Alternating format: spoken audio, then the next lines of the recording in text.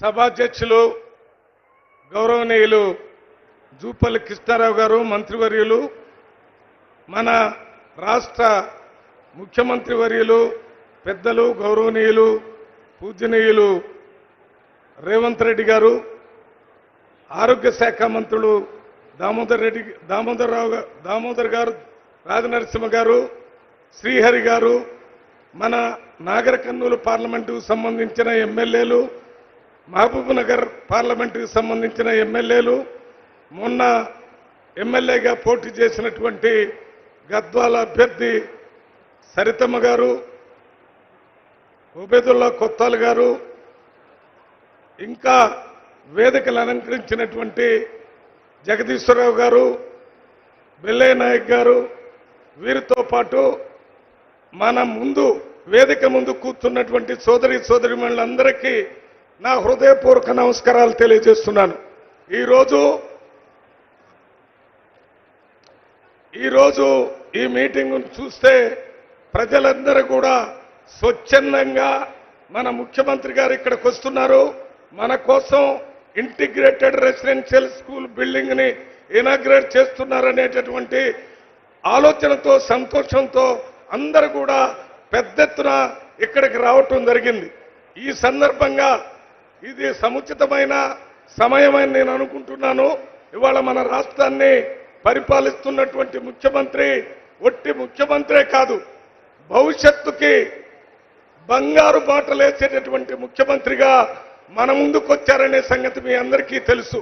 ఈ integrated residential school అనేది 25 ఎకరాల్లో 2600 మంది విద్యార్థులు, ఒక్కొక్క స్కూల్కి 200 కోట్ల రూపాయలు ఖర్చు పెట్టి ప్రపంచ స్థాయి విద్య, ప్రపంచ స్థాయి ఆహారం, ప్రపంచ స్థాయి ఆట స్థలాలు, ప్రపంచ స్థాయి హాస్టల్ సౌకర్యాలు కల్పించేటటువంటి కార్యక్రమాన్ని మొట్టమొదటగా ముఖ్యమంత్రి గారు మన దగ్గర ఇవాళ శంకుస్థాపన చేశారు.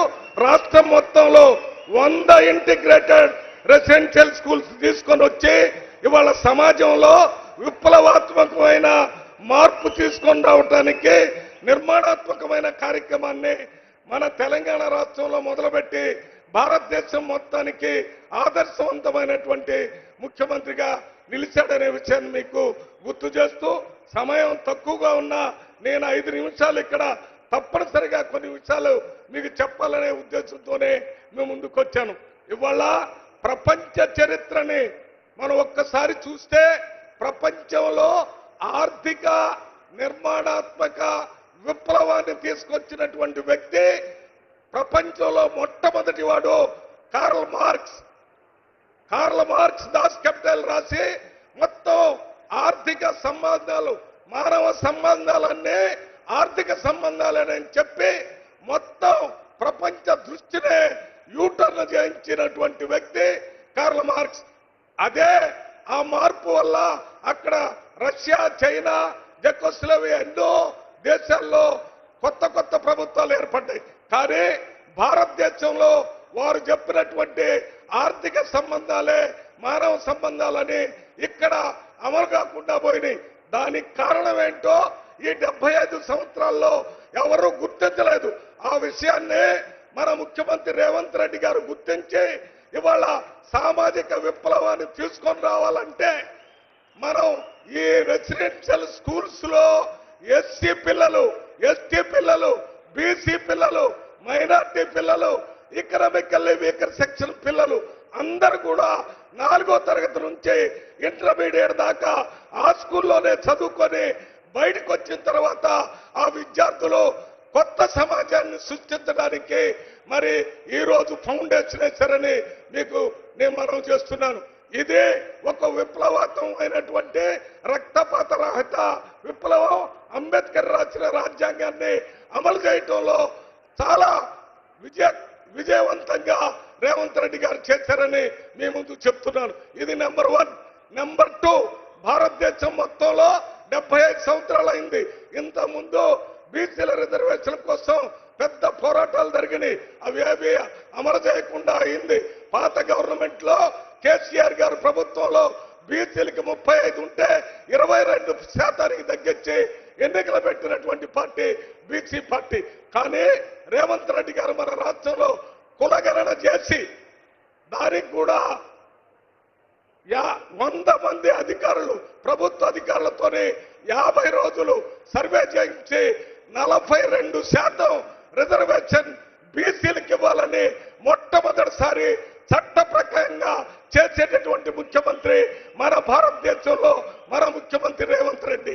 ఈ 2 చాలు మొత్తం భారతదేశంలో ఏ రకంగా అయితే కార్ల్ మార్క్స్ ఆలోచన వల్ల ప్రపంచం మారిపోయిందో అదే రకంగా మన రేవంత్ రెడ్డి గారి ఆలోచన విధానం వల్ల భారతదేశంలో ఉన్న అన్ని రాష్ట్రాలు కూడా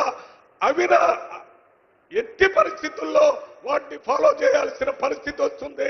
రేపు జరిగేటటువంటి జనరల్ పార్లమెంట్ ఎన్నికలు కానీ అసెంబ్లీ ఎన్నికల్లో బీసీలకి 42% రిజర్వేషన్ రేవంత్ రెడ్డి గారు తీసుకొచ్చినటువంటి ఎజెండా మొత్తం అన్ని పార్టీలకు కూడా మార్గదర్శకంగా ఉంటుందని మీకు మనవి చేస్తూ ఈ సందర్భంగా మీకు ఇంకొక మాట చెప్పి నేను ఈ సందర్భాన్ని ఆఫ్ చేస్తాను. ఎందుకంటే రేవంత్ రెడ్డి గారు పేదవాళ్ల ఆకలి మంటలు తెలిసినటువంటి వాడు.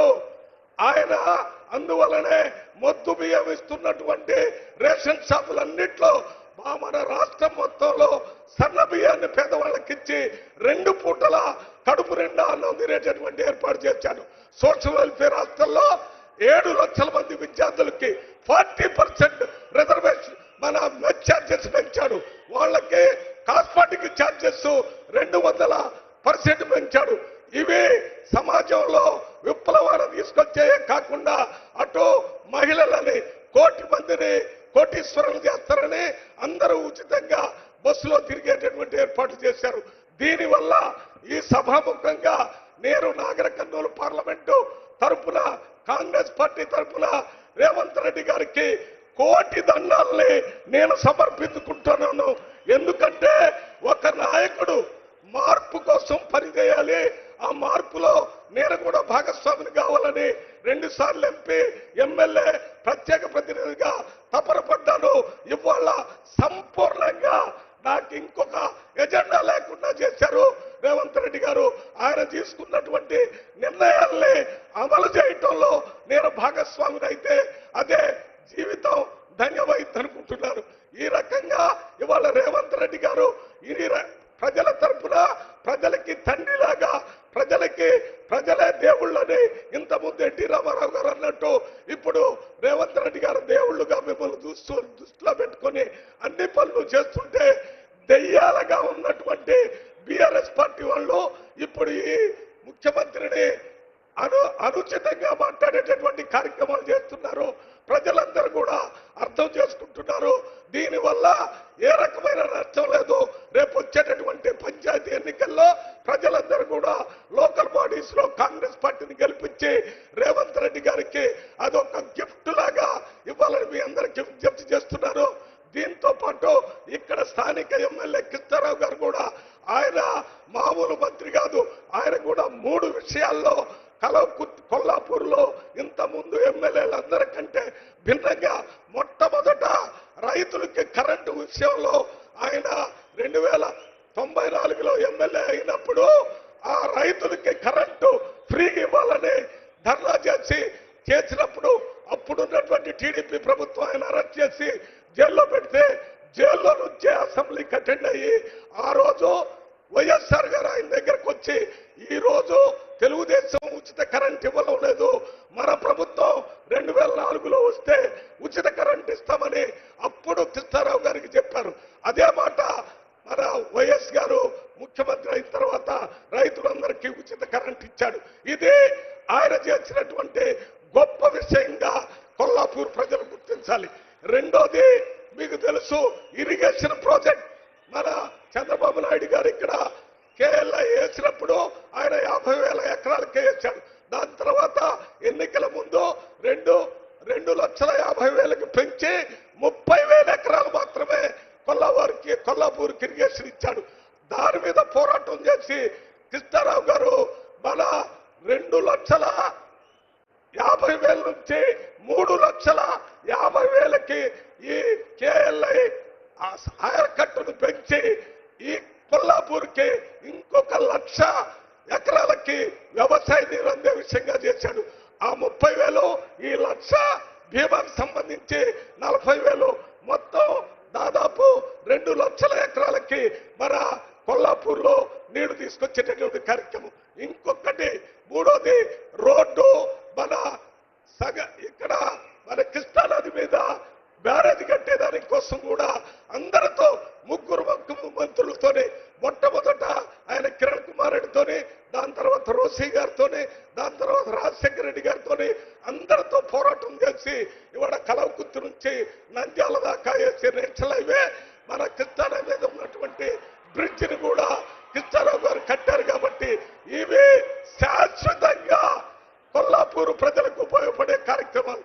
ఇది ఈ 2 విషయాల్ని ఈ సభాముఖంగా చెప్పాలనే ఉద్దేశంతోనే నేను ఈ కార్యక్రమం తీసుకున్నానని ఈ 2 మాటలు చెప్పే అవకాశం కల్పించినటువంటి పెద్దలకి నా హృదయపూర్వక నమస్కారాలు తెలియజేస్తూ నేను సెలవు తీసుకుంటున్నాను. జై హింద్, జై కాంగ్రెస్. ధన్యవాదాలు సార్. ఆంగ్లంలో ఒక ప్రముఖ సామెత ఉంది, dedicated leader gets a dedicated team